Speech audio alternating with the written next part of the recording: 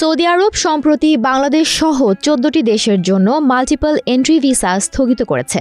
এই সিদ্ধান্তের ফলে অনেক বাংলাদেশিদের ভ্রমণ পরিকল্পনায় কিছুটা ব্যাঘাত ঘটেছে তো বটেই, দেখা দিয়েছে অনিশ্চয়তা।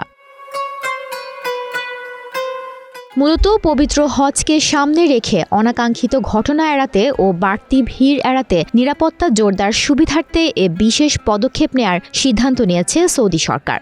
বাংলাদেশ সহ এশিয়া ও মধ্যপ্রাচ্যের ১৪টি দেশের মাল্টিপল ভিজিট ভিসা সাময়িকভাবে স্থগিত করেছে দেশটি। ১ ফেব্রুয়ারিতে কার্যকর করা ভিসা নীতির অধীনে এই সিদ্ধান্ত নেওয়া হয়।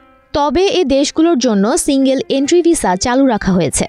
গত বছরের তিক্ত অভিজ্ঞতার পুনরাবৃত্তি ঠেকাতে এবার হজের আগেই এই বিশেষ পদক্ষেপ নিয়েছে সৌদি আরব।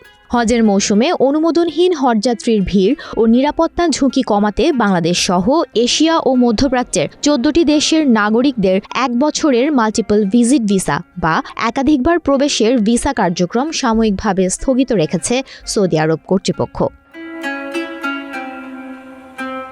এ ১৪টি দেশের সাধারণ নাগরিক সর্বোচ্চ ৩০ দিনের একক প্রবেশ ভিসা পাবেন। কূটনৈতিক, আবাসিক হজ এবং ওমরা ভিসার ক্ষেত্রে কোনো ধরনের পরিবর্তন আসবে না।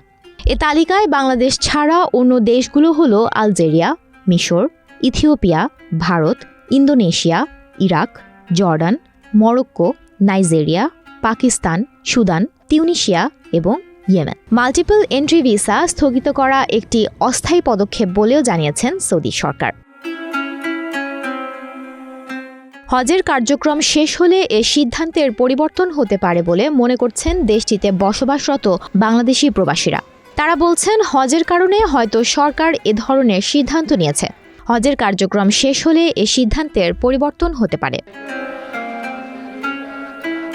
মূলত একাধিক প্রবেশ ভিসার অপব্যবহার রোধ করতেই এই পদক্ষেপ নেওয়া হয়েছে।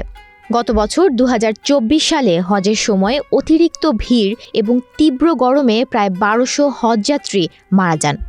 এ ধরনের অপ্রীতিকর ঘটনা এড়াতেই এবছর পবিত্র হজের আগেই কর্তৃপক্ষ নতুন ভিসা নীতির কার্যক্রম শুরু করেছে বলে জানা গিয়েছে। সুমনা মুস্তফা, প্রবাস খবর।